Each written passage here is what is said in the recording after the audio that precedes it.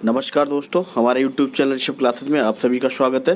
दोस्तों आज बात करेंगे यूपी ट्रिपल सी पीटी के एग्ज़ाम की, जो कि आज करंट अफेयर के हम 50 प्रश्न बहुत ही महत्वपूर्ण लेकर आए हैं। और दोस्तों उम्मीद है यहाँ से आपके 1 या 2 नंबर के इन 50 प्रश्न में ज़रूर निश्चित सफलता मिलेगी।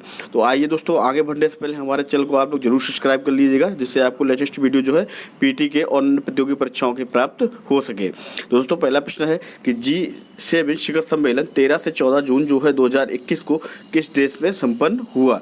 ब्रिटेन, अमेरिका, फ्रांस या जर्मनी?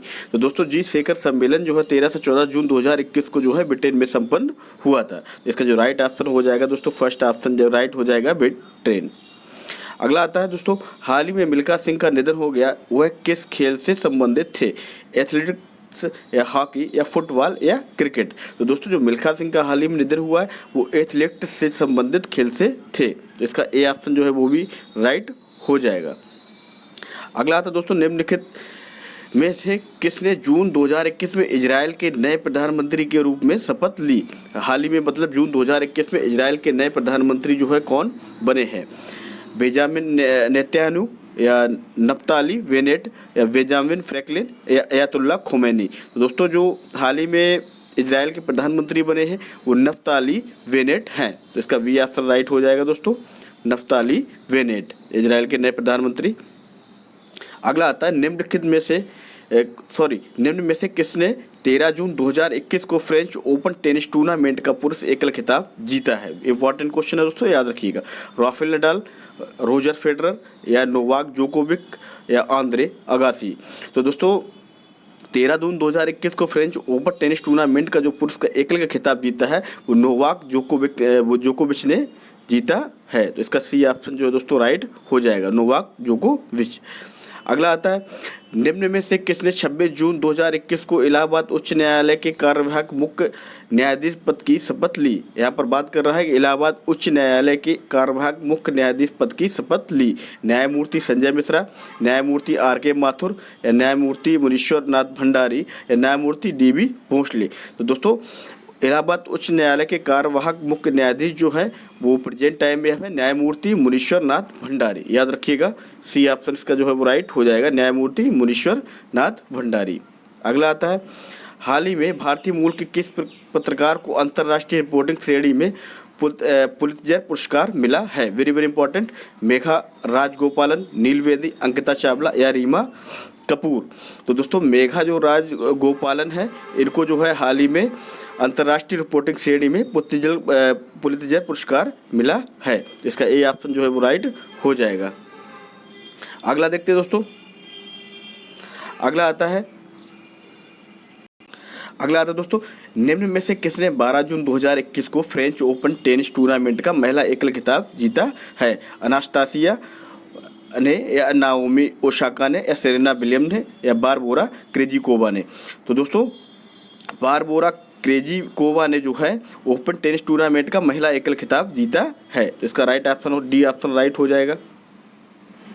अगला देखते हैं दोस्तों, निम्न में से कौन 2 जून 2021 को इजराइल के नए राष्ट्रपति जो है निर्वाचित हुए हैं? दोस्तों ये भी बात कर रहे हैं इजराइल की, और इससे पहले हमने जो बात करी थी दोस्तों वो इजराइल के प्रधानमंत्री की बात की थी, ये राष्ट्रपति की बात होगी यहाँ पर। तो दोस्तों जो हाल ही में इजराइल के नए राष्ट्रपति हैं, मैं डायरेक्ट बता दे रहा हूँ, इसाक हर्जोग है। यहाँ पर दोस्तों थोड़ा मिस्टेक है, इसाक होंग नहीं हर्जोग होगा। डी ऑप्शन इसका जो है राइट हो जाएगा। वो प्रधानमंत्री थे, ये राष्ट्रपति हैं इजराइल के जो हाल ही में चुने गए हैं। अगला आता है, निम्न में से किसने 2 जून को जो है 21 को राष्ट्रीय मानवाधिकार आयोग के नए अध्यक्ष का पदभार ग्रहण किया है? वेरी वेरी इंपॉर्टेंट क्वेश्चन दोस्तों। न्यायाधीश यू ललित, न्यायाधीश अरुण मिश्रा या न्यायाधीश A.K. गोपाल या न्यायाधीश रंजन गोगोई? तो दोस्तों याद रखिएगा, राष्ट्रीय मानवाधिकार आयोग के नए अध्यक्ष का जो पदभार हाल ही में ग्रहण किया है वो न्यायाधीश अरुण मिश्रा ने ग्रहण किया है। तो बी ऑप्शन इसका राइट हो जाएगा, न्यायाधीश अरुण मिश्रा।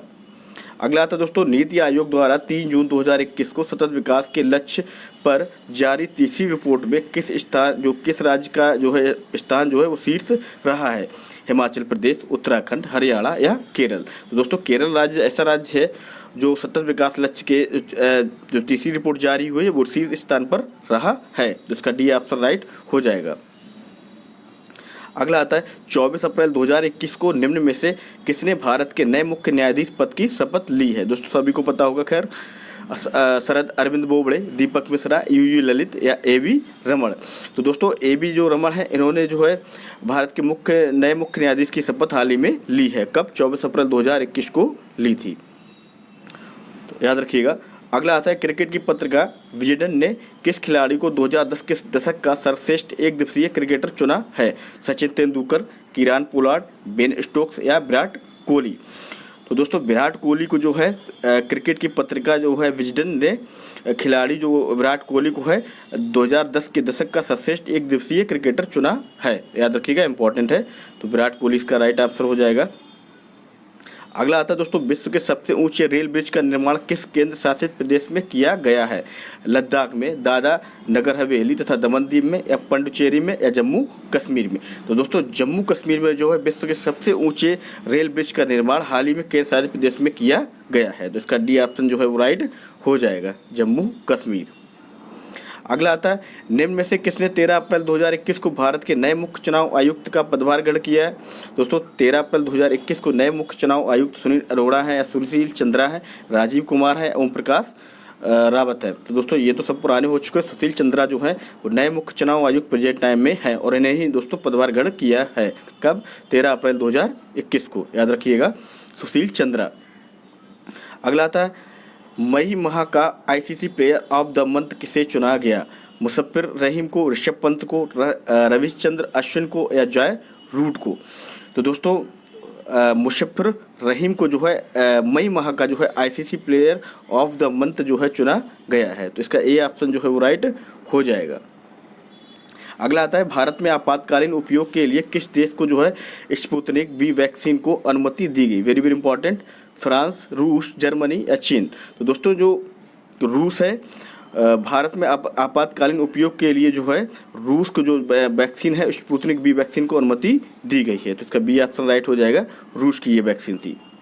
अगला आता है बाफ्टा फिल्म पुरस्कार 2021 में किस फिल्म को सर्वश्रेष्ठ फिल्म का पुरस्कार दिया गया। Very very important, Nomadland, the father या the trial of the Chicago, the मैराटिनियन।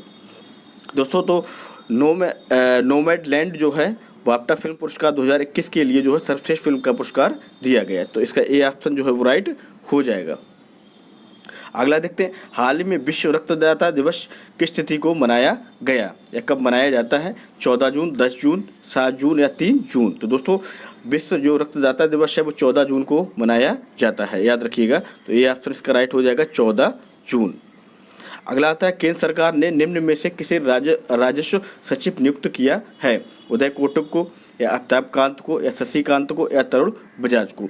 तो दोस्तों तरुण बजाज को जो है केंद्र सरकार ने हाल ही में राजस्व सचिव जो है नियुक्त किया है। इसका डी ऑप्शन राइट हो जाएगा, तरुण बजाज। अगला आता है अमेरिकी पत्रिका फोर्ब्स द्वारा अप्रैल 2021 में जारी वार्षिकी अरबपतियों की सूची में भारत का विश्व में कौन सा स्थान है। तीसरा, पाँचवा, छठा या 11वां। तो दोस्तों तीसरा स्थान जो है अरबपतियों की सूची में भारत का रहा है विश्व में। तो ये ऑप्शन इसका राइट हो जाएगा, तीसरा। अगला आता है भारतीय रिजर्व बैंक द्वारा 4 जून 2021 को जारी वर्ष 2021-22 की दूसरी मौद्रिक नीति समीक्षा में रेपो दर को कितने प्रतिशत जो है रखा गया है। 4.4 या 4.5 या 4% या 3.5%।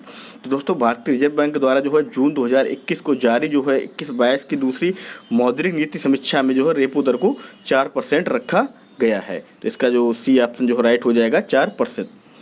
अगला आता है शिक्षा प्रौद्योगिकी स्टार्टअप कंपनी बायजूस ने निम्न में किसका अधिग्रहण किया है। आकाश एजुकेशनल सर्विसेज लिमिटेड या महिंद्रा एजुकेशनल सर्विसेज या टाइम्स एजुकेशनल सर्विसेज या उत्कर्ष ऑनलाइन क्लासेस को।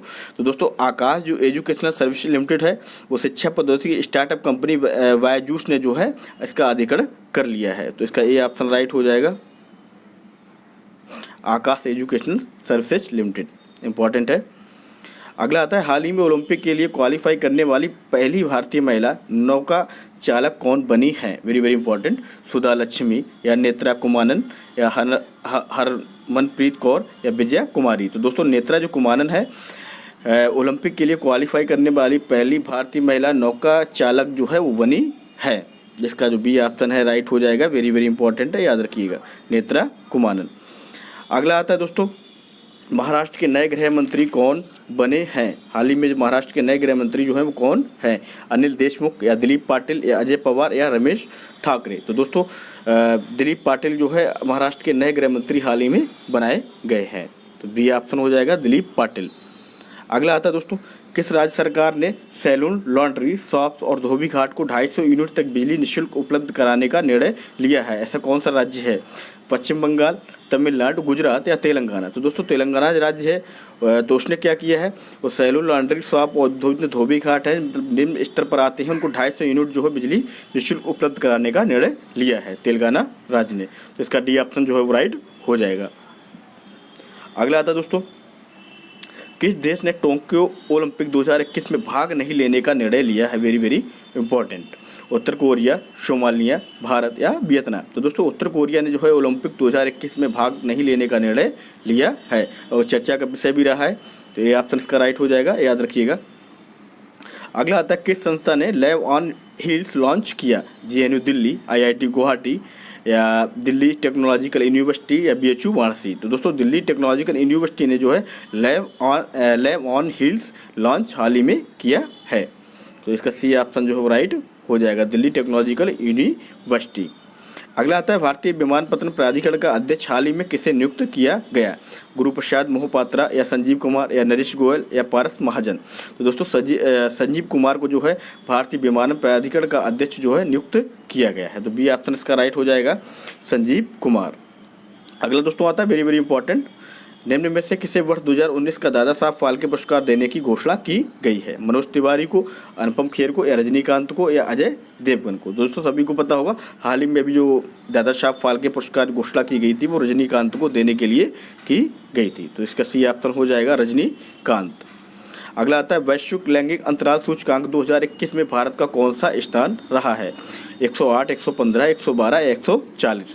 दोस्तों याद रखिएगा, वैश्विक लैंगिक अंतराल सूचकांक 2021 में भारत का जो स्थान है वो 140वां है, तो इसका डी ऑप्शन राइट हो जाएगा, 140।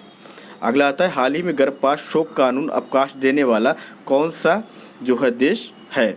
ऑस्ट्रेलिया, न्यूजीलैंड, बांग्लादेश या श्रीलंका? तो दोस्तों न्यूजीलैंड ऐसा जो है देश है जिसने गर्भपात शोक कानून अवकाश देने का निर्णय लिया है, तो बी ऑप्शन इसका आ जाएगा, न्यूजीलैंड। अगला आता है, पर्यावरणविद और गांधीवादी पद्म विभूषण सुंदरलाल बहुगुणा का 21 मई 2021 को निधन हो गया। 21 आंदोलन से संबंध थे? सर्वोदय आंदोलन, चिपको आंदोलन, टिहरी बांध निर्माण का विरोध या उपयुक्त सभी? तो दोस्तों सुंदरलाल बहुगुणा जो थे सर्वोदय आंदोलन से संबंधित थे, चिपको आंदोलन से भी संबंधित थे, टिहरी बांध निर्माण का विरोध हुआ था उससे संबंधित थे, इसका डी ऑप्शन हो जाएगा, उपयुक्त सभी। अगला देखते हैं दोस्तों, 66वें फिल्म फेयर अवार्ड में सर्वश्रेष्ठ अभिनेता का पुरस्कार किसे दिया गया? रितेश देशमुख, सैफ अली खान, इरफान खान या आयुष्मान खुराना? तो दोस्तों इरफान खान को जो है 66वें फिल्म फेयर अवार्ड्स में सर्वश्रेष्ठ अभिनेता का जो है पुरस्कार दिया गया, और दोस्तों इनके हाल ही में जो है कैंसर से मृत्यु हो गई थी, तो सी ऑप्शन का राइट हो जाएगा, इरफान खान। अगला आता है, हाल ही में किस राज्य के राज्यपाल विश्वभूषण हरिचंदन को कलिंग रत्न पुरस्कार से सम्मानित किया गया? हिमाचल प्रदेश, उड़ीसा, केरल या आंध्र प्रदेश? तो दोस्तों आंध्र प्रदेश जो राज्य के राज्यपाल जो विभूषण हरिचंदन को कलिंग रत्न पुरस्कार से सम्मानित किया गया, तो इसका डी ऑप्शन हो जाएगा, आंध्र प्रदेश राज्य के राज्यपाल जो है कौन है? विश्वभूषण हरिचंदन। अगला आता है, वर्ष 2020 का सरस्वती सम्मान किसे मिला? Very very important, Gurucharan Singh, Manisha Kulshreshtha या डॉक्टर शरद लिम्बाम्बे या लीलाधर जगूड़ी? तो दोस्तों डॉक्टर शरद कुमार लिम्बाम्बे को जो है 2020 का सरस्वती सम्मान मिला है, तो इसका सी ऑप्शन राइट हो जाएगा, और वेरी वेरी इंपॉर्टेंट है, याद रखिएगा, डॉक्टर शरद कुमार लिम्बाम्बे। अगला आता है, हाल ही में केंद्र सरकार ने किस तिथि को सार्वजनिक अवकाश घोषित किया है? 12 अप्रैल, 14 अप्रैल, 21 अप्रैल या 27 अप्रैल? तो दोस्तों 14 अप्रैल को केंद्र सरकार ने हाल ही में सार्वजनिक अवकाश घोषित करने का निर्णय लिया है, तो इसका बी ऑप्शन हो जाएगा, 14 अप्रैल। अगला आता है, निम्न में से किस देश ने पशुओं के लिए विश्व का पहला कोरोना टीका विकसित किया है? ये भी इम्पोर्टेंट है, मतलब पशुओं के लिए पहला टीका जो है किस देश ने लागू किया?